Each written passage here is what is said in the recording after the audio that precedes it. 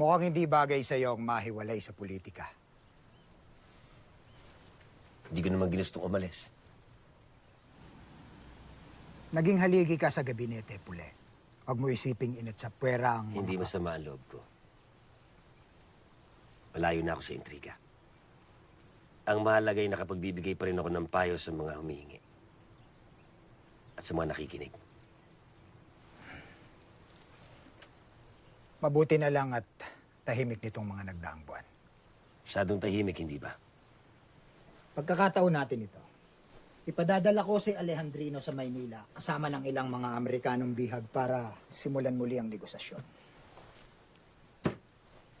Umaasa pa rin ako na kikilalanin ng mga Amerikano ang gobyerno natin. Kayo ang bahala. Pero ang lahat ng ito ay napag-uusapan sa liham. Anong totoong pakay niyo? Narito ako para himuking kang bumalik. Gusto kong ikaw ang maging Pangulo ng Korte Suprema.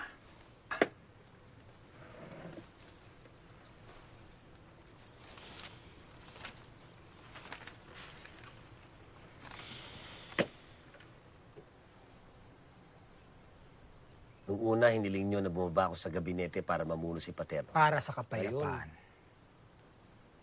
Ano ito?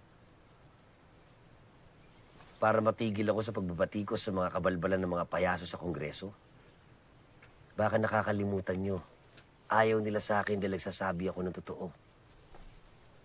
Mabuting tao si Paterno. Pinagsisikapan nilang makamit ang kapayapaan. Kapayapaan na walang kalayaan.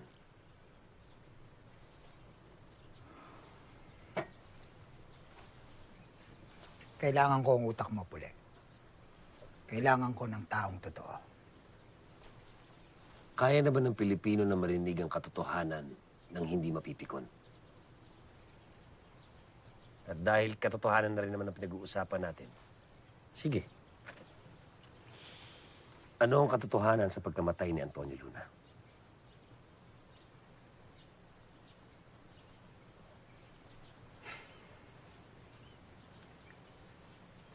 Huwag ngayon, kaibigan. Tatanggapin mo ba ang alok ko? Maglalabas ako ng opisyal na pagkilala sa bago mong posisyon.